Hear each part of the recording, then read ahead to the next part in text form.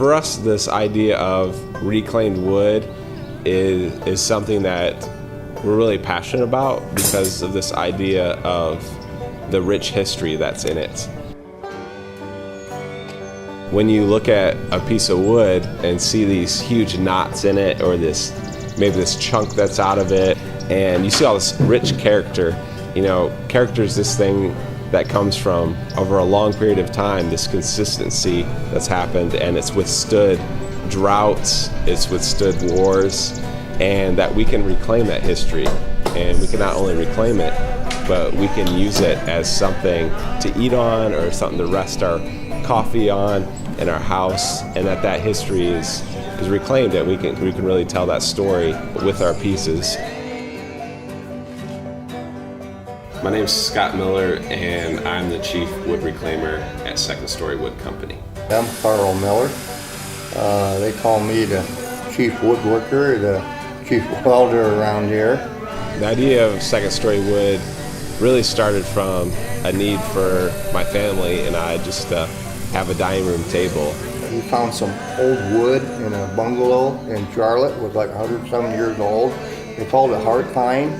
And I used raw steel for legs and stuff. And then his friends all noticed it, and they said, "Man, you guys need to start making this stuff." I grew up on a farm, and we welded stuff a lot, machinery and things like that. And then I was a welder in the Army. And then in my job that I do now, I am a millwright. We weld a lot during the day.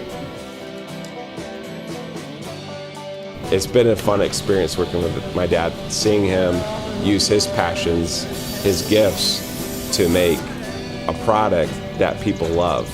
I like, getting a piece of wood and end up making something that somebody would like to have, so I just enjoy doing it.